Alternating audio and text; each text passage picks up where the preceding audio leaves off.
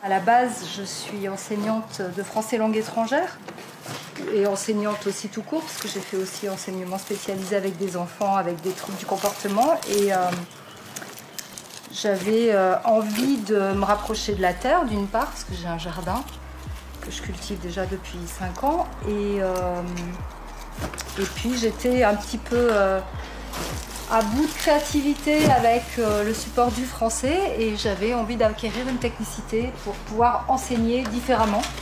Et là, je suis sur un poste d'aide encadrant maraîcher et j'apprends. Voilà. Ce que c'est que le maraîchage, parce qu'il y a un monde entre le jardinage et le maraîchage, bien sûr.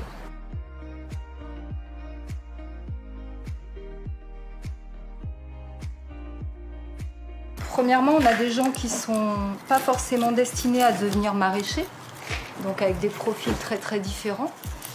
Des gens aussi qui ont été éloignés de l'emploi pendant longtemps, donc du coup qui n'ont pas forcément les gestes et la posture d'un travailleur dans la rapidité, dans la capacité à intégrer les consignes, dans tout un tas de choses. Il y a aussi des obstacles de langue, donc des fois ça donne une spécificité à la transmission des consignes en tout cas.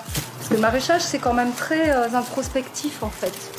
On a beaucoup de temps où on est face à soi-même, à son mental, tout ça. Et c'est vraiment intéressant pour des gens qui sont en train de réfléchir à un parcours futur, d'avoir ce temps-là en groupe où on peut confronter d'autres choses.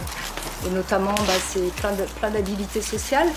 Et puis tout ce temps-là d'introspection où on peut être confronté à ses propres idées, se laisser le temps de mûrir la réflexion pour l'après, quoi. Donc je trouve que c'est vraiment une structure intéressante pour l'insertion. Et puis la terre, ça a quelque chose de calmant, de soignant. Donc si certaines personnes ont des fragilités ou des choses comme ça peut être réparateur aussi, quoi.